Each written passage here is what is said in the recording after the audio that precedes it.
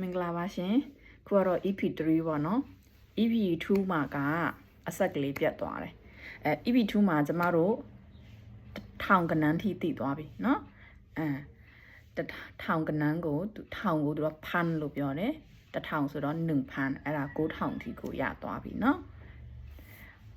ဟုတ်ပြီကျမတို့ခုက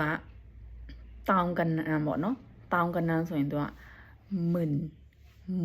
အဲ့လိုလေးเนาะတန်လေးကပေါ့လေးပဲหมื่น1000ဆိုရင်10,000ကိုတောင်းထိပြောလို့ရသွားပြီเนาะ10,000ကနေ20,000 30,000 40,000 50,000 60,000 70,000 80,000 90,000ဆိုပြီးမှတောင်းကနန်းထိရသွားပြီသိန်းကနန်းခါကျတော့แสนเนาะ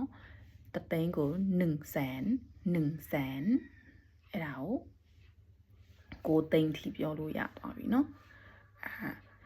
100,000 200,000 300,000 400,000 500,000 600,000 700,000 900,000ဆိုပြီးတော့เนาะဟိုရသွားပြီအဲ့တော့တန်ကနန်းပေါ့เนาะကိုကသိန်းပြီးရင်တန်းလာတယ်ဆိုတော့တန်ကနန်းတန်းဆိုရင်တို့က